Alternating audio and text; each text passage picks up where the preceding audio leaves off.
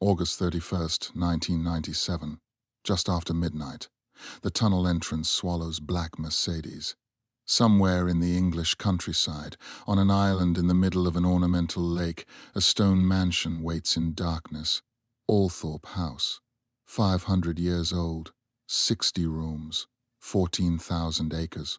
Home to one of England's oldest aristocratic families, the Spencers. In a few hours, the phone will ring. The news will shatter a family already fractured. And this estate, this monument to bloodline, privilege, and unbroken continuity will become something else entirely. A grave site, a tourist attraction, a battlefield over memory, money, and who owns a dead princess. Before dawn, Althorp was a private world. After dawn, it belonged to the world. The question no one asks is what happened to the house itself, to the people who worked there, to the family who tried to hold it together when grief turned into spectacle and spectacle turned into survival. This is not a story about Diana's death. This is a story about what happens after, about a mansion that became a shrine, about a brother who inherited both an estate and a burden, about the gap between the fairy tale the public wanted and the brutal arithmetic of keeping a 500-year-old house from collapse.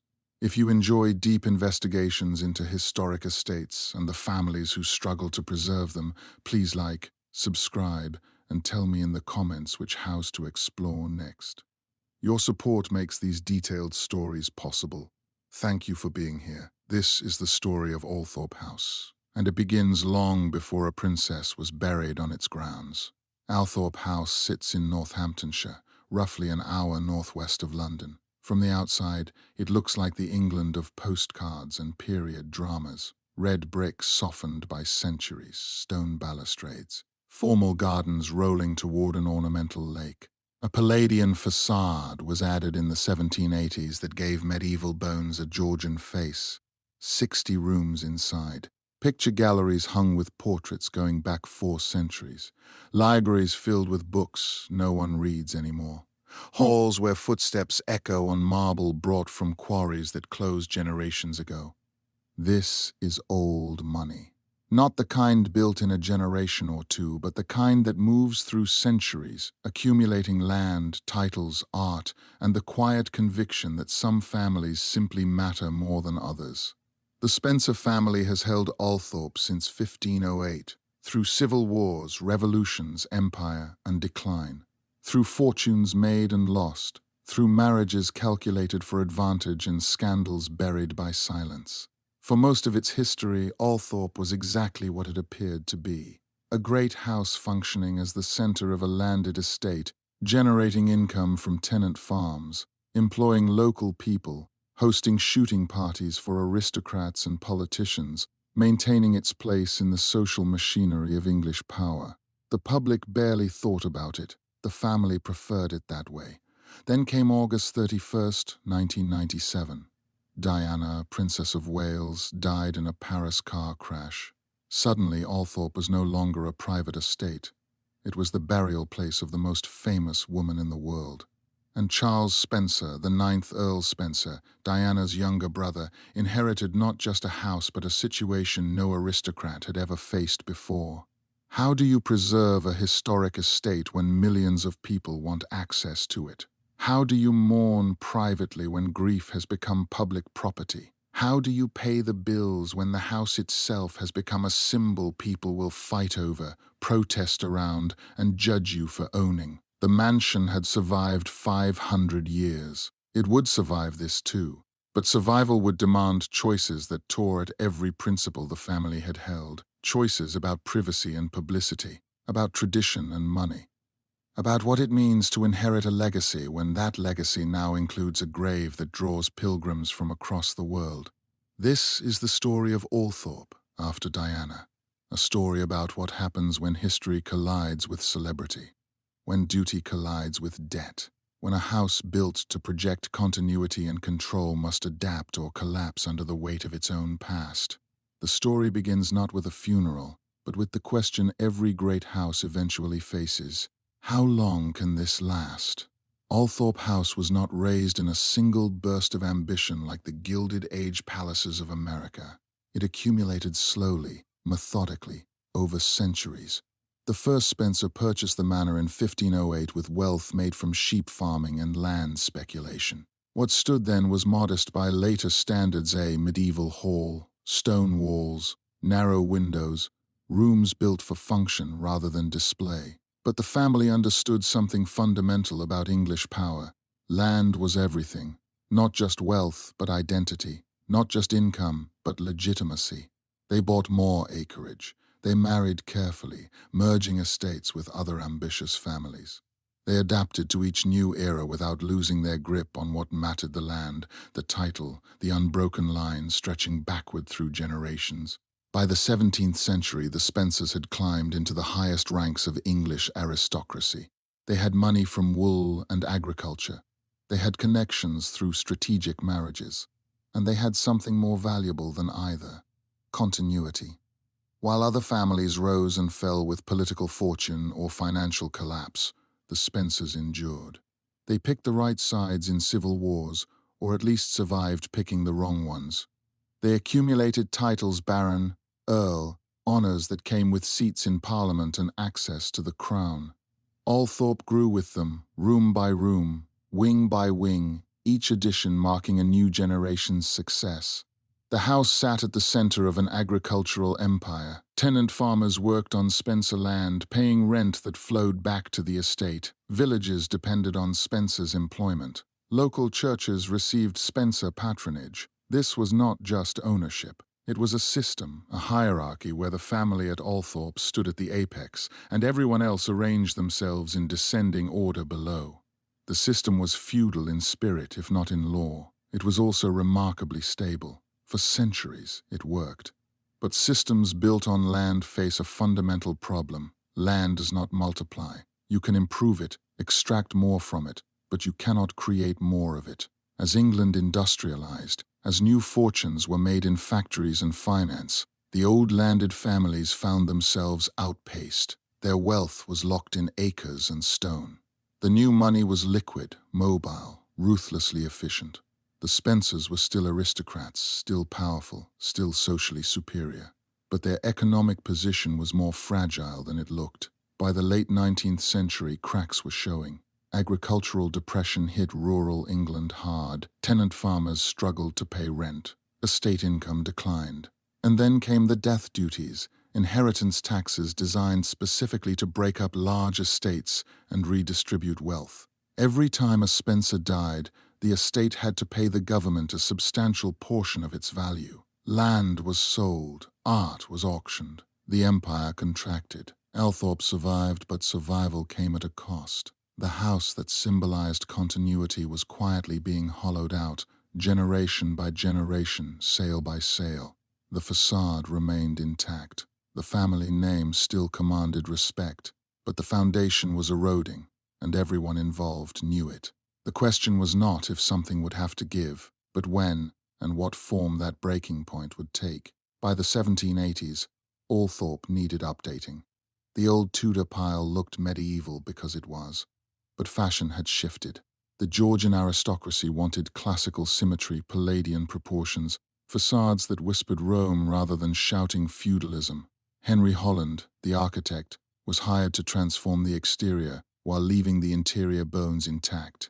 He wrapped the old house in red brick and white stone, added a triangular pediment supported by columns, installed sash windows in perfect rows. The message was clear: we are ancient, but we are not obsolete. We adapt, we endure. The renovation cost a fortune, but it secured something more valuable than comfort. It secured relevance. The house looked modern enough to host the right people while remaining old enough to command respect. This was architecture as strategy as survival. Holland understood his assignment perfectly. He was not building from scratch, which would have been simpler. He was remaking a structure that had accumulated awkwardly over 2 centuries, giving it a unified face that concealed the patchwork beneath. The work took years. Scaffolding surrounded the house. Stonemasons carved new cornices and balustrades. Bricklayers worked in teams, laying courses with precision, ensuring every joint was tight and every line was true. The old windows were removed and replaced with Georgian sashes, tall and elegant, flooding the interior with light the Tudor builders had never imagined. Inside, the transformation continued. The picture gallery, stretching 115 feet along the first floor, was created by knocking through walls and unifying what had been separate chambers. The walls were hung with portrait Spencers going back generations, staring from their frames with expressions of confidence and entitlement. Van Dyck, Reynolds, Gainsborough. The family collected aggressively, understanding that art was not just decoration but credential. A portrait by Reynolds announced that you were important enough to be painted by Reynolds. The collection itself became part of the architecture, inseparable from the house's identity. The entrance hall was redesigned as a statement of arrival. Black and white marble floors in a checkerboard pattern. A double staircase rising to the first floor, curving gracefully, inviting guests upward. Plasterwork on the ceilings, intricate and expensive, required craftsmen whose skills had been passed down through generations. Every detail was calculated to impress without appearing to try. This was the English aristocratic ideal, effortless superiority, beauty that seemed natural rather than constructed. The cost of the renovation strained the estate's finances. Borrowing was necessary, but the investment paid off in social terms. Althorp became a destination, a place where politicians and intellectuals gathered, where alliances were formed and influence was traded. The house functioned as both home and stage, private yet always performing for an audience that mattered. Yet even as Holland's facade went up, the system that sustained places like Althorp was beginning its long, slow collapse. The French Revolution terrified English aristocrats. The Industrial Revolution created new centers of power that had nothing to do with land or titles. The world was changing faster than great houses could adapt. Holland's beautiful brickwork could not stop that. It could only disguise it, buying time, projecting confidence, insisting through architecture alone that the old order would endure forever. The lie was convincing. It was still a lie. Beneath every great house lies another house, invisible to guests and designed to stay that way. At Althorp, the basement stretched beneath the formal rooms like a hidden city. Kitchens sprawled across vaulted chambers, coal-fired ranges heating water and cooking food for dozens of people. Sculleries where maids scrubbed pots and peeled vegetables under flickering gas lamps. Wine cellars stacked with bottles going back decades. Storage rooms for linens, china, silver plate enough to serve a state banquet without repeating a single piece. And the servants' quarters. Small, plain rooms where footmen, maids, cooks and grooms slept after 16-hour days, maintaining the illusion that aristocratic life was effortless. The estate employed over 100 people at its peak. Each knew their place. Each understood that visibility was failure. The family and their guests moved through gleaming halls, while below, an army worked in dim corridors to keep every surface polished, every meal timed perfectly, every fire lit before anyone felt a chill. The hierarchy below the stairs was as rigid as the one above. At the top sat the butler and the housekeeper, wielding authority over everyone beneath them. They controlled hiring and firing. They set schedules. They enforced discipline. Beneath them came the upper servants, ladies' maids, valets, the head cook, then the footmen and housemaids. At the bottom, scullery maids and hall boys, doing the dirtiest work for the lowest wages, often teenagers from local villages who saw service at Althorp as a step up from farm labor or factory work. Each role had defined duties. Housemaids rose before dawn to clean grates, lay fires and blacklead stoves. By the time the family woke, the house had to be warm, clean, and ready. Footmen carried coal, served meals, answered bells. The cook commanded the kitchen like a general, coordinating multiple courses, timing dishes to arrive at the table in perfect sequence. Laundry maids wrestled with mountains of linens, sheets, tablecloths, napkins, towels, all of which had to be washed, dried, pressed, and returned without a wrinkle. The physical labor was punishing, coal dust coated lungs, hauling water and firewood strained backs. The heat in the kitchens during summer was brutal, with ranges burning regardless of the weather, because meals had to be prepared. Winters brought different misery. Freezing servants' quarters, inadequate heating in work areas, chilblains on hands plunged repeatedly into cold water. Pay was modest.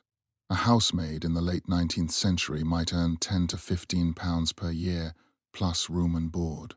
The butler earned perhaps £60. These were survival wages, not prosperity. Servants stayed because alternatives were worse, because a position at a great house offered stability, or because they genuinely took pride in their work, in keeping a place like Althorp running flawlessly.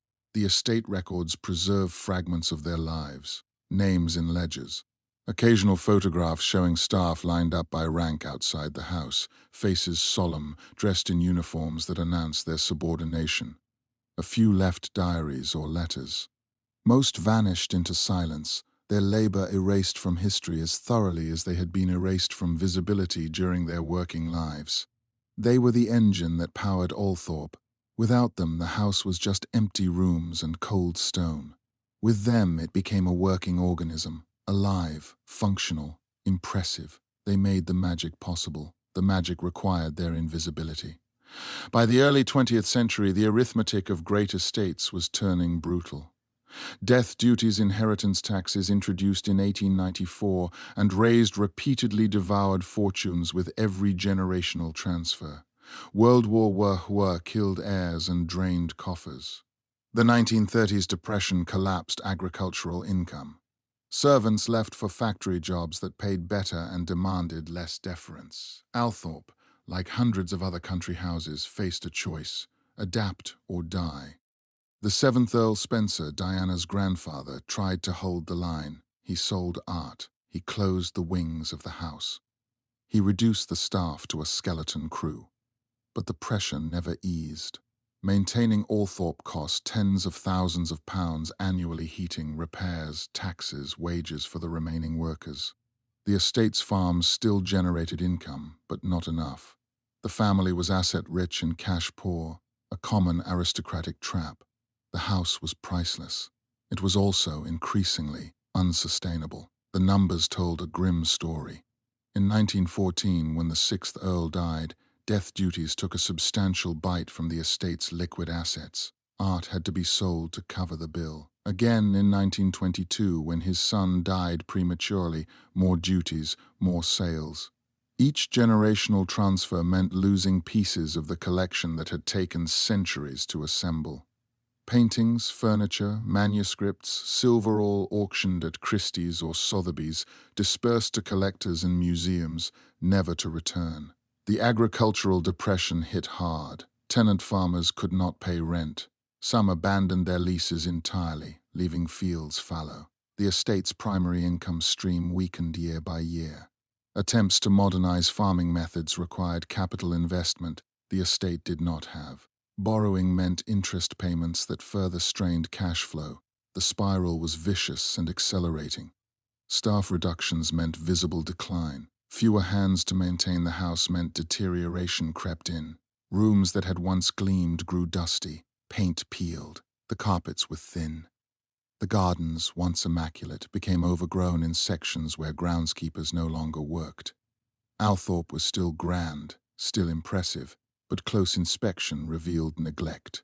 The facade was holding, but barely.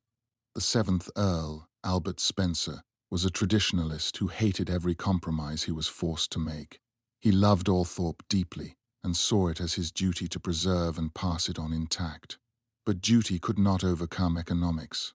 He closed entire wings to save on heating costs. He sold more art, including pieces that had hung in the same rooms for 200 years. He refused to open the house to the public, a step some other aristocrats were taking reluctantly, because he believed that would be a final admission of defeat. His children grew up in a house that felt increasingly like a burden. The place was too big, too cold, too demanding. It required constant sacrifice to maintain, and even sacrifice was not enough. The family's social position was secure. They were still Spencers, still invited to the right events, still treated with deference. But the foundation beneath that position was crumbling. Althorp was eating the family alive, demanding more than they could give, and offering in return only the hollow satisfaction of continuity. By the time Diana was born in 1961, the estate was in crisis. The crisis was quiet, managed behind closed doors, never publicly acknowledged, but everyone in the family felt it. The house was too expensive to keep and too important to lose. That impossible tension shaped everything that followed. Diana Spencer was born in 1961 into a family that looked secure from the outside but was fracturing within. Her parents' marriage was miserable, ending in a bitter divorce when she was 7. Althorp, the house that should have represented stability, became a site of emotional chaos. Diana and her siblings moved between their mother's London flat and their father's estate, never quite belonging fully to either. The house itself was decaying visibly by then. Sections were closed off. Damp crept up walls. Paint peeled. Furniture sat under dust sheets. The staff, reduced to a handful, could no longer keep up. Diana remembered Althorp as cold, literally, and emotionally vast rooms barely heated. Long corridors echoing with absence. A place that felt haunted not by ghosts, but by the weight of expectations no one could meet. She escaped into fantasy, reading romance novels, imagining herself rescued. When she met Prince Charles years later, the fairy tale seemed real. She would leave Althorp behind. She would become something more than a Spencer daughter trapped in a crumbling house. She had no idea she would return. The divorce was vicious and public by the standards of aristocratic families. Diana's mother, Frances Shand Kidd, left her husband for another man, a scandal that the press covered eagerly. Custody battles followed. The children were caught in the middle, testifying in court, forced to choose sides. Diana's father won custody, a rare outcome in that era, partly because the Spencer name and connections carried weight the courts could not ignore. Diana's childhood at Althorp after the divorce was lonely. Her father, Johnny Spencer, was remote, uncomfortable with emotion, buried in his own disappointments. He eventually remarried Rain, Countess of Dartmouth, a woman Diana and her siblings despised. Rain was seen as an interloper, someone who did not understand or respect the family's history. She redecorated parts of the house in a style the children found garish. She sold more art to raise cash, pieces the family had treasured. The resentment was intense and mutual. Diana wandered the estate, exploring empty rooms, playing alone in the gardens. She was not academically inclined. School was a struggle. She felt overlooked, less pretty than her older sisters, less accomplished than her brother. Althorp reinforced that feeling. The house was full of portraits of distinguished ancestors, reminders of the greatness the family was supposed to embody. Diana did not see herself in those faces. She felt like a disappointment waiting to happen. Her escape was fantasy. She read romance novels obsessively, stories where ordinary girls were rescued by princes and lived happily ever after. She dreamed of finding someone who would love her unconditionally, who would make her feel special, who would take her away from the cold, crumbling house and the fractured family. When she met Charles, the Prince of Wales, in 1977, the fantasy seemed within reach. She was 16. He was 29, dating her older sister Sarah at the time. Diana barely registered, but 3 years later, Charles was under pressure to marry. Diana, by then 19, was young, aristocratic, and apparently uncomplicated. The courtship was brief. The engagement was announced in February 1981. The wedding followed in July, watched by 750 million people worldwide. Diana believed she was being rescued. She believed the fairy tale was real. She was wrong. The marriage was troubled from the start. Charles loved someone else. Diana was unprepared for the scrutiny, the protocol, the isolation of royal life. She struggled publicly, dramatically, in ways the institution could not tolerate. Years later, after the divorce, after the scandals, Diana visited Althorp occasionally. The house had not changed much. It was still cold, still decaying, still burdened by history. But Diana's relationship to it had shifted. She no longer saw it as a prison. She saw it as the one place that was undeniably hers by blood, the one place where her identity was not tied to marriage or royalty. She had left Althorp as a girl escaping. She returned as a woman seeking refuge. The house, for all its flaws, was home in a way nowhere else ever could be. September 6, 1997. The funeral cortege wound through London streets lined with silent crowds. 1 million people stood watching. Diana's coffin, draped in the royal standard and covered with white lilies, moved slowly toward Westminster Abbey. The service was broadcast to billions. Elton John sang. Diana's brother, Charles Spencer, delivered a eulogy that stunned the nation not for its grief, but for its anger. He spoke of a girl who needed protection, who had been failed by the institution she married into, who deserved better. The words were aimed at the royal family, sitting stiff and expressionless in the pews. The subtext was unmistakable: you destroyed her. The coffin left London and travelled north to Althorp. Diana would not be buried in the family plot in the village churchyard where generations of Spencers lay. Instead, Charles chose an island in the middle of the estate's ornamental lake, private, secure, unreachable except by boat. The decision was protective and strategic. It kept her close. It kept the public out. But it also transformed Althorp from a private estate into a pilgrimage site overnight. The eulogy was the moment everyone remembered. Charles Spencer stood at the lectern, his voice controlled but furious. He praised Diana's warmth, her compassion, her ability to connect with ordinary people. Then he turned on the press and the royal family with barely concealed contempt.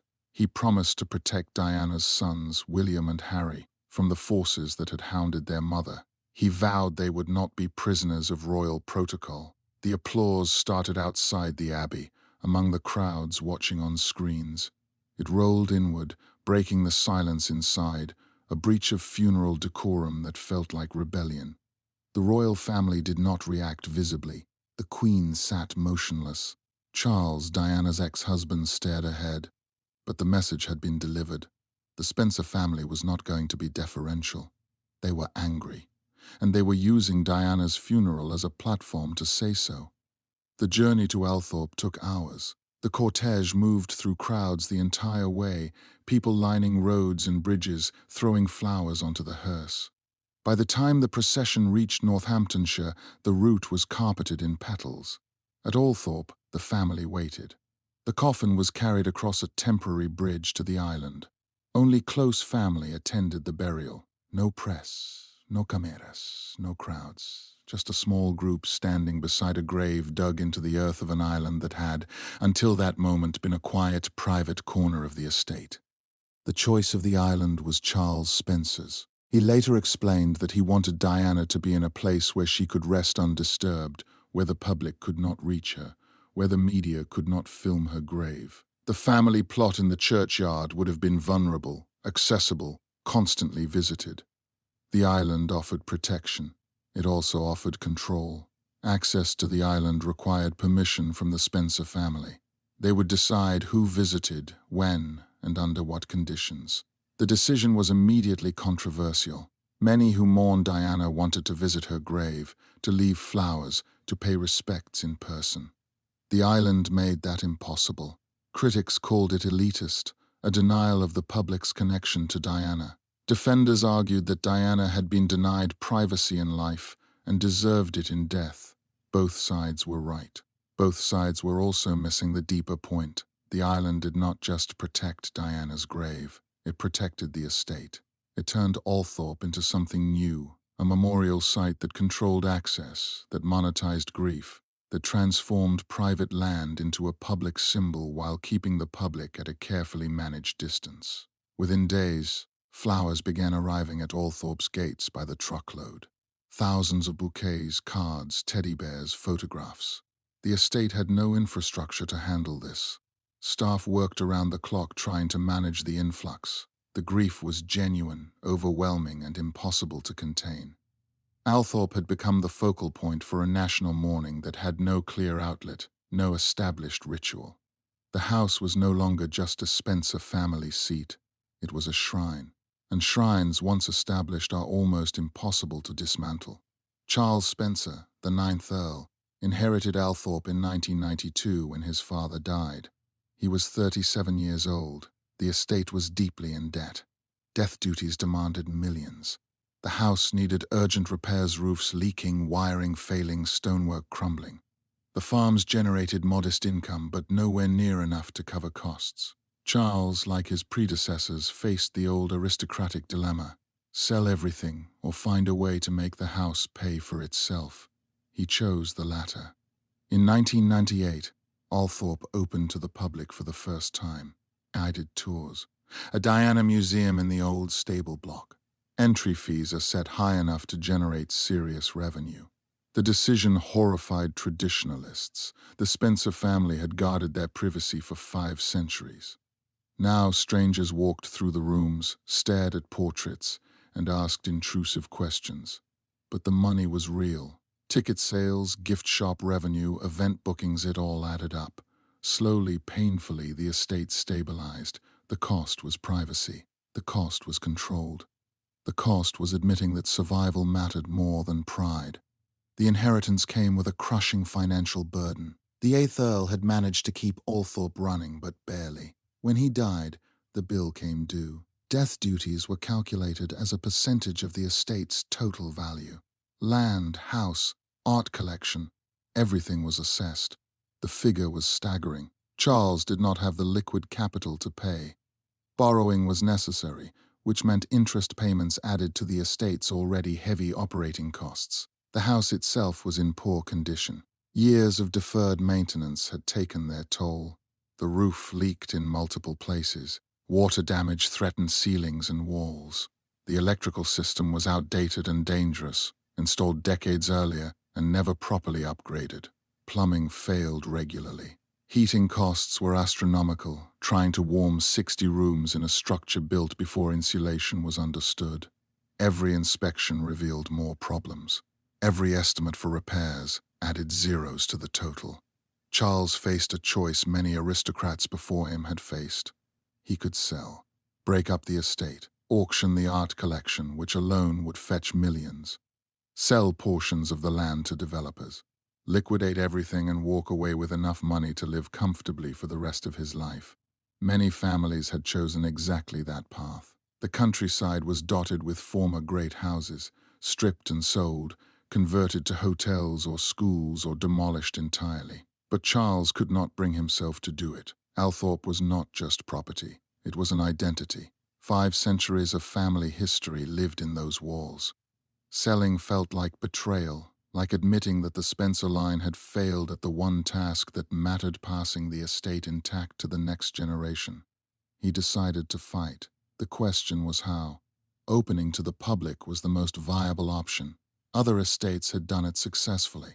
Chatsworth, Blenheim Palace, Woburn Abbey all had become tourist attractions, generating enough income to fund preservation.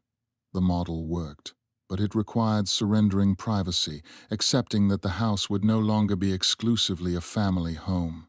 It required infrastructure: parking, toilets, gift shops, cafes. It required marketing, guides, tickets, all the apparatus of the tourism industry. Charles moved forward cautiously. The first tours began in 1998, focusing on the staterooms, the picture gallery, the entrance hall, selected bedrooms. Private family quarters remained off-limits. The tours were timed, guided, controlled. Visitors paid entry fees, bought postcards and guidebooks in the gift shop, and walked through the gardens. The revenue was immediate and substantial. Ticket sales covered a significant portion of the estate's operating costs for the first time in decades. But the decision carried costs beyond money. Charles could no longer move freely through his own house during open hours. Tourists stared at him when he crossed the grounds. Privacy evaporated. The house that had always been a refuge became a workplace, a public space, a stage where his family's history was on display for anyone willing to pay. The trade-off was stark: financial survival in exchange for losing the very thing that had made Althorp valuable: its exclusivity, its separation from the ordinary world. The Diana Museum opened in a converted stable block on the edge of the estate. Visitors entered through a purpose-built entrance, paid their fee, and moved through rooms displaying artifacts from Diana's life. Her wedding dress, ivory silk taffeta with a 25-foot train. Evening gowns she wore to state dinners. Childhood photographs, handwritten letters, personal items that should have remained private but were now behind glass, lit by soft spotlights, labeled with captions. The museum attracted hundreds of thousands of visitors annually. They came from everywhere: Britain, America, Japan, Australia, drawn by grief, curiosity, or the desire to feel close to someone they had only known through photographs. For many, the visit felt sacred. For critics, it felt like exploitation. Charles defended the decision. The museum honored Diana's memory, he said. It educated people about her charitable work, and it funded Althorp's preservation. Without the revenue, the house would fail. That argument was true. It was also incomplete. The museum was a transaction. Access to Diana in exchange for money.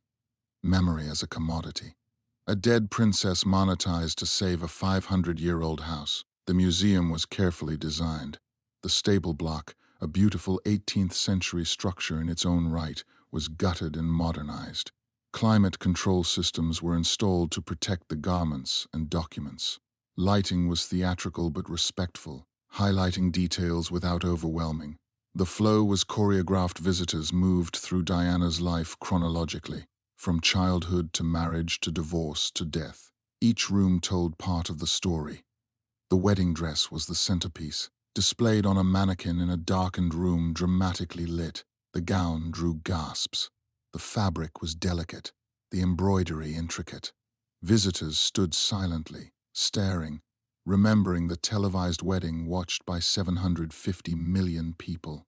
The dress was more than clothing. It was a symbol of hope, of fairy tales, of the moment before everything went wrong. Seeing it in person made the loss feel more real, more immediate. Other rooms displayed evening gowns from Diana's royal years. The black dress she wore dancing with John Travolta at the White House. The blue Victor Edelstein gown from a state dinner. Each dress came with a story, a memory, a photograph. The captions explained where the dress had been worn, who had designed it, what occasion it marked. The effect was cumulative. By the time visitors reached the final rooms, covering Diana's post-divorce years and her humanitarian work, the emotional weight was heavy. The museum ended with a video montage. Images of Diana with AIDS patients, landmine victims, homeless families. Footage of her laughing, hugging children, kneeling beside hospital beds.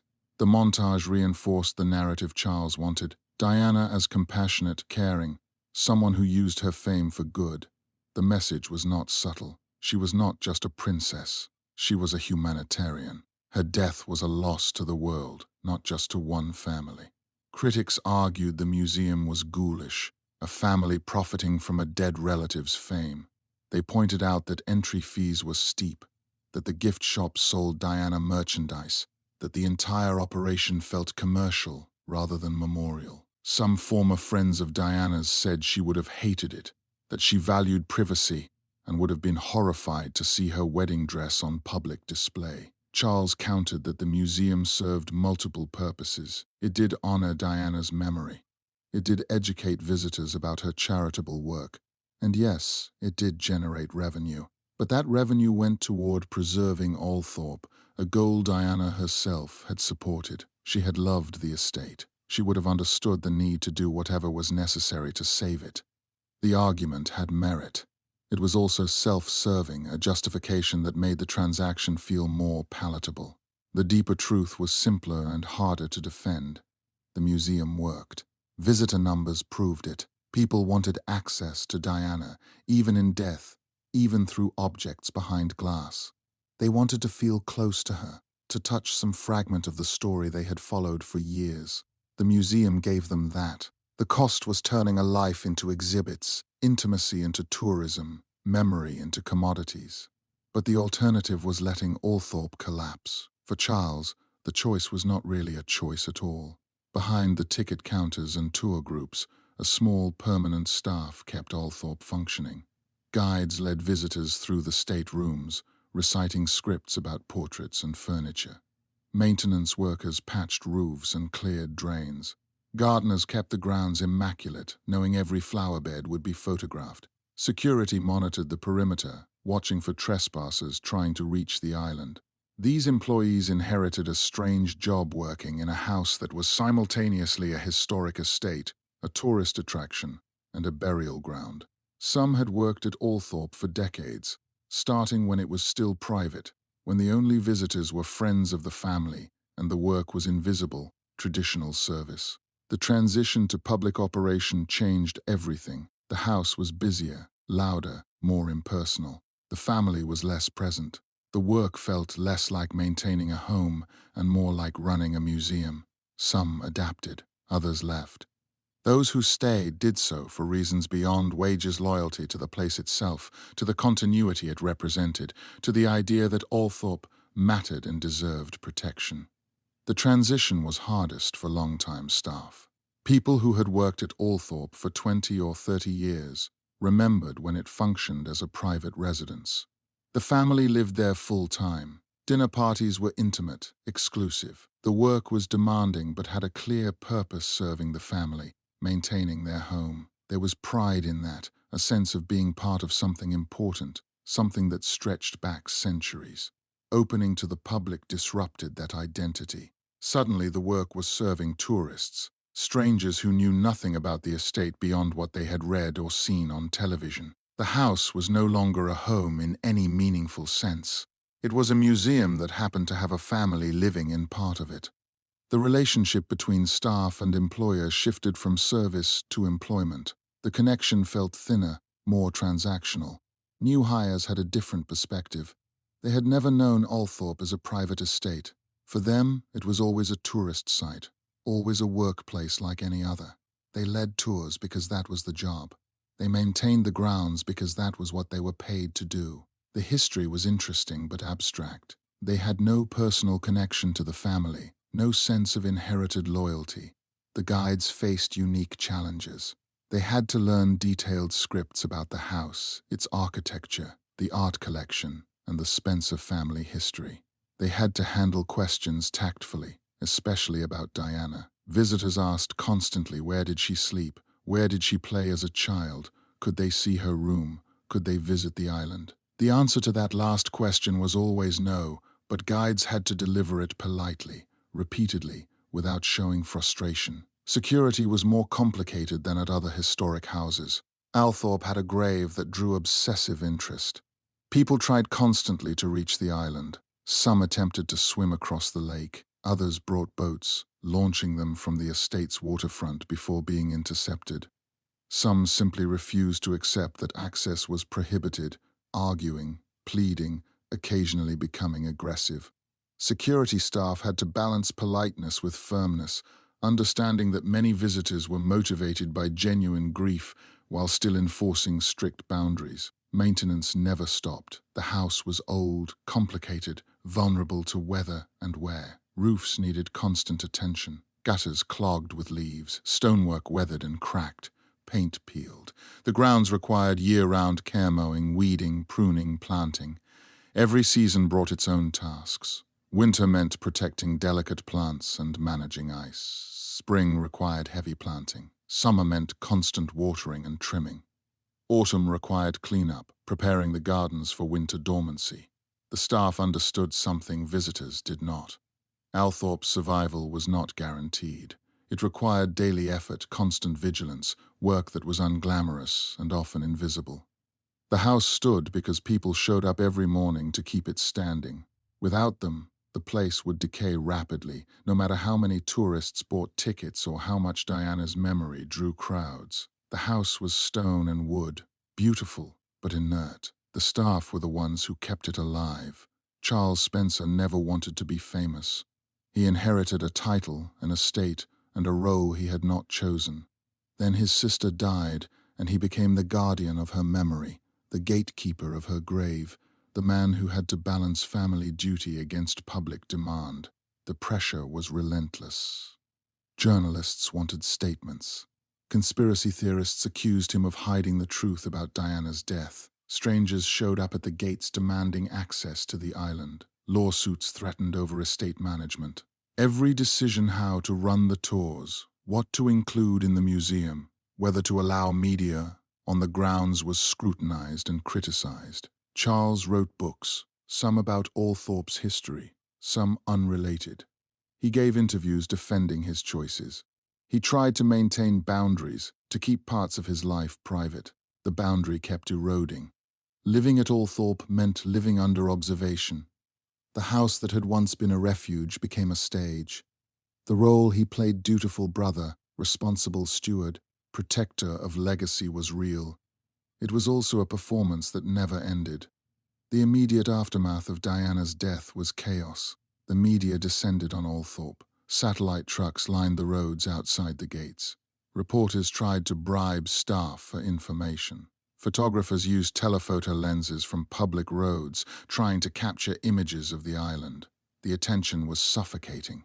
Charles had to hire additional security. He had to issue statements through lawyers, carefully worded to give away nothing while appearing cooperative.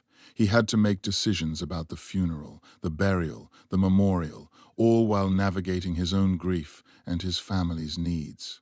The eulogy at Diana's funeral made Charles a public figure in a way he had never been before. He had always been Diana's younger brother, a footnote in her story. After the eulogy, he was Charles Spencer, the man who stood up to the royal family, the man who promised to protect William and Harry. The attention was immediate and intense. He was praised for his courage. He was criticized for using a funeral as a platform. He was analyzed, debated, turned into a symbol himself. The reality was more complicated. Charles had a difficult relationship with Diana.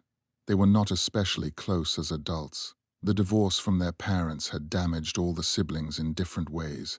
Diana's marriage and subsequent struggles created distance. Charles had his own life, his own family, his own problems. He loved his sister, but they were not confidants.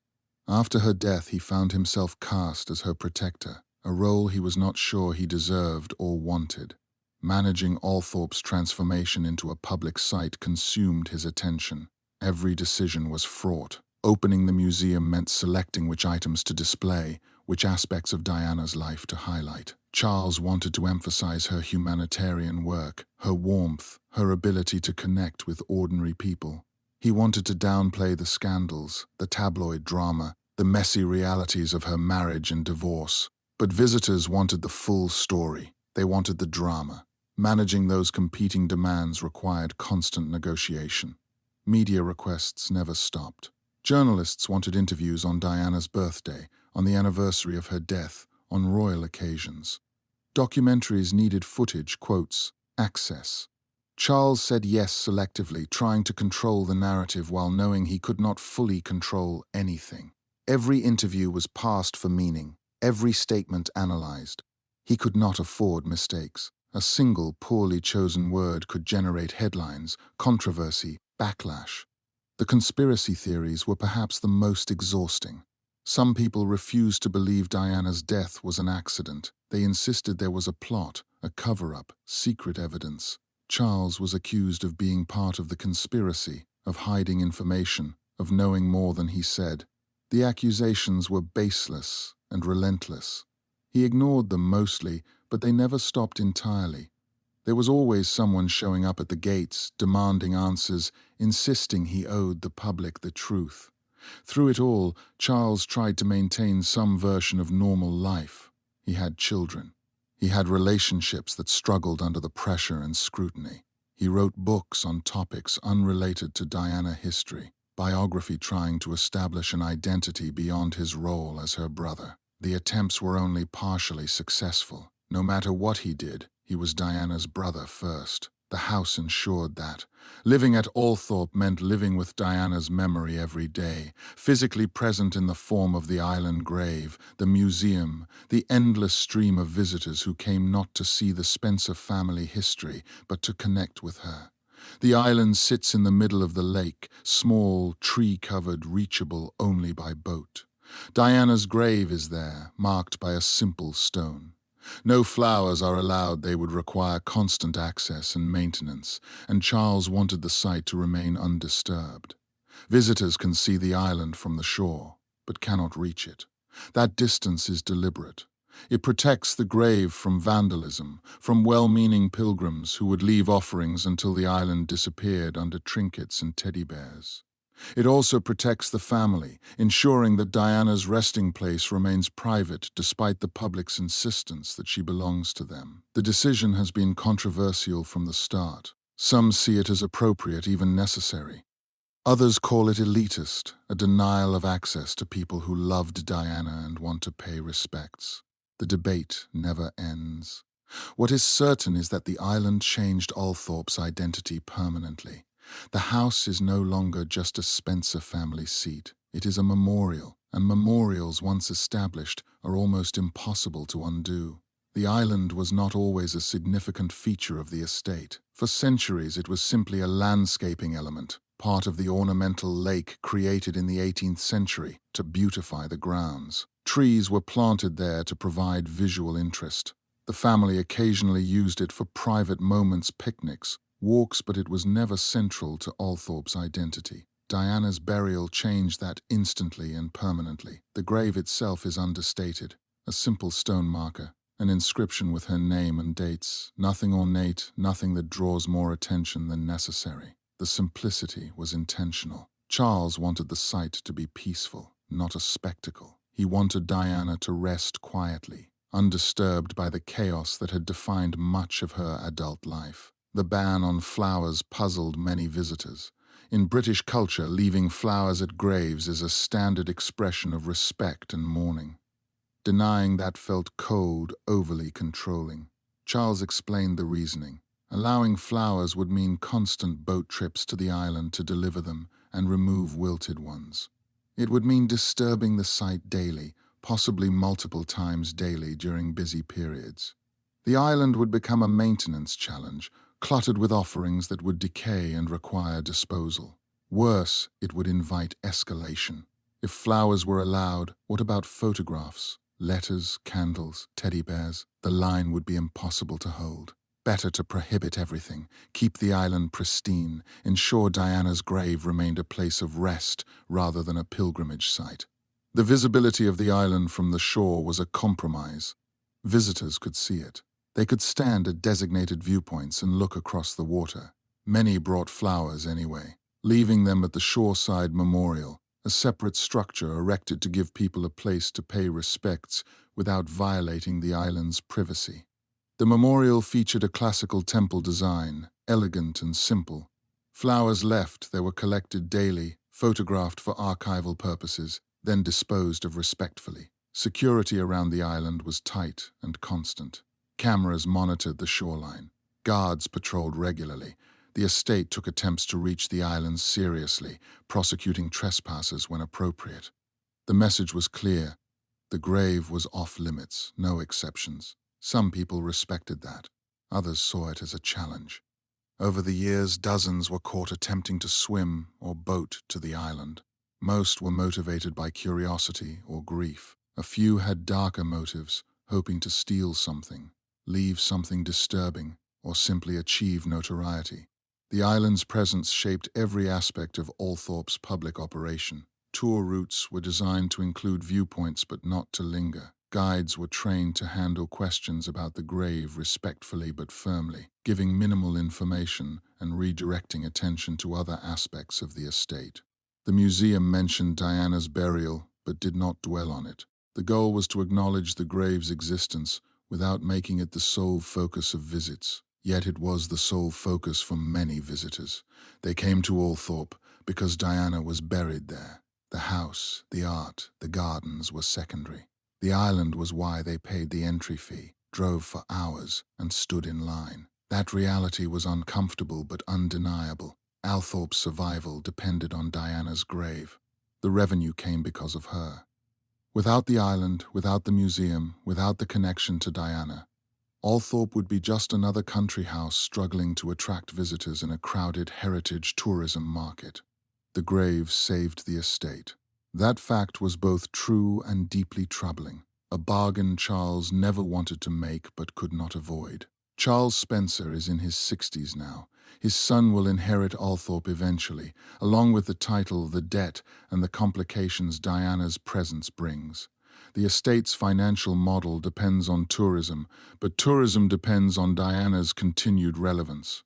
As years pass and generations change, will people still come? Will the museum still draw crowds when visitors no longer remember Diana as a living figure, but only as history? The question haunts every decision about Althorp's future. The house needs constant investment roofs, wiring, stonework, environmental controls for the art collection. The income must keep flowing. But betting on Diana's memory lasting forever is a gamble. The alternative is worse. Close the house to the public, lose the revenue, and watch the estate spiral into unsustainable debt once again. There are no easy answers. Althorp has survived 500 years by adapting to every shift in English society. This is simply the latest adaptation. The difference is that this time, the house's survival is tied to the memory of one woman, and memory, unlike stone, does not last forever. The numbers tell a stark story. Visitor figures at Althorp peaked in the late 1990s and early 2000s, driven by raw grief and curiosity in the immediate aftermath of Diana's death. Since then, they have declined gradually but steadily. Each year sees slightly fewer visitors than the last. The decline is not dramatic, thousands still come annually, but the trend is clear. As time passes, Diana fades from living memory into history. Younger generations know her as a figure from their parents' or grandparents' time, not as someone they remember personally. The emotional connection weakens. The urgency to visit diminishes. Charles has tried to diversify Althorp's appeal. The estate hosts events, concerts, literary festivals, corporate gatherings. The house is marketed as a venue for weddings and private functions, expensive but exclusive, offering something few other venues can match. These efforts generate additional revenue but cannot replace tourism entirely. The Diana connection remains the primary draw. Without it, Althorp would struggle to compete with other historic houses that have better locations, more famous architecture, or stronger connections to major historical events. The art collection offers some security. Paintings and furniture held by the family for centuries have appreciated enormously in value. If a financial crisis struck, sales could generate quick capital. But selling would repeat the pattern of the early 20th century, slowly dismantling the collection piece by piece, each sale a small defeat. Charles has been reluctant to go that route. He has sold selectively when necessary but tries to avoid it whenever possible. The collection is part of Althorp's identity. Lose too much and the house becomes a shell, impressive but empty. Climate change poses a new threat. Historic houses are vulnerable to extreme weather. Flooding can devastate basements and ground floors. Severe storms damage roofs and break windows. Heat waves stress old structures built before air conditioning, causing materials to expand and crack. Althorp has survived 5 centuries, but those centuries did not include the rapid environmental changes now underway. Adapting the house to handle these new stresses requires investment, better drainage, stronger roofs, climate control systems that protect the art collection without destroying the building's historic character. Every adaptation costs money the estate may not have. The human element complicates everything. Charles's son, the future 10th Earl, will face the same impossible choices his father did. Inherit a house that is financially unsustainable without public access. Accept that Diana's grave is now part of the estate's identity, inseparable from its operations. Manage the tension between wanting privacy and needing revenue. The son may decide differently. He may choose to close Althorp to the public, to sell art or land, to walk away from the entire burden. That decision would be understandable. It would also mark the end of something that has lasted 500 years. Alternatively, Althorp could transition fully into institutional hands. The National Trust manages many historic houses in Britain, taking responsibility for preservation while allowing families to remain in residence. Charles has resisted that path, wanting to maintain full control. His son may feel differently. Transferring Althorp to the trust would guarantee its preservation, but would also mean surrendering ownership, accepting that the house no longer belongs exclusively to the Spencer family. The deeper question is whether any of this matters. Great houses fall all the time. They are sold, demolished, converted to other uses. The families that built them move on. History does not end. It simply shifts. Althorp is beautiful, historically significant, and worth preserving. But preservation for what? To serve as a museum of aristocracy, a monument to inherited privilege, a memorial to a woman whose death became more famous than much of her life. Or to remain a living entity, a family home that happens to be open to the public, something more than a tourist attraction but less than it once was. No one knows. Charles does not know. His son does not know. The future is opaque, the outcome uncertain. What is clear is that Althorp's survival, whatever form that takes, will depend on choices made now. Choices about money and memory. Choices about what is worth saving and what price is acceptable to pay. The house has lasted 500 years. The next 50 will determine whether it lasts 50 more.